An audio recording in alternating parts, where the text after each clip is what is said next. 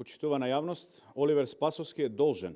да ја одговори на македонската јавност зошто на 4 декември за време на неговата пресконференција излажа дека возилото на Панче со кое е киднапирана Вања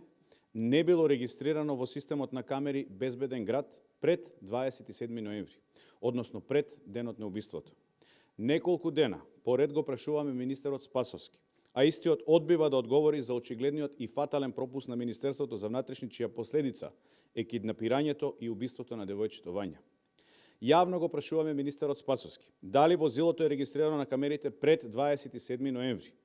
односно на 24 ноември, во 6 часот и 30 минути на влезот во Скопје кај Маđари на мостот кај Агросервис. Понатаму, дали возилото е забележано од камерите на Безбеден град на истата локација и следниот ден на 25 ноември во 21 часот и 15 минути. Конечно, дали возилото е забележано на камерите кобниот ден на 27 ноември во 7 часот и 42 минути наутро кај Александар Палас из Локуќани и како е можно да тоа возило неконтролирано да помине низ, внимавајте, најобезбедуваната локација во Македонија во тој момент, а можеби и во регионот, поради непосредните подготовки на Советот на ОПСЕ. Оливер Спасовски е должен да одговори како е можно возило кое е пријавено дека е исчезнато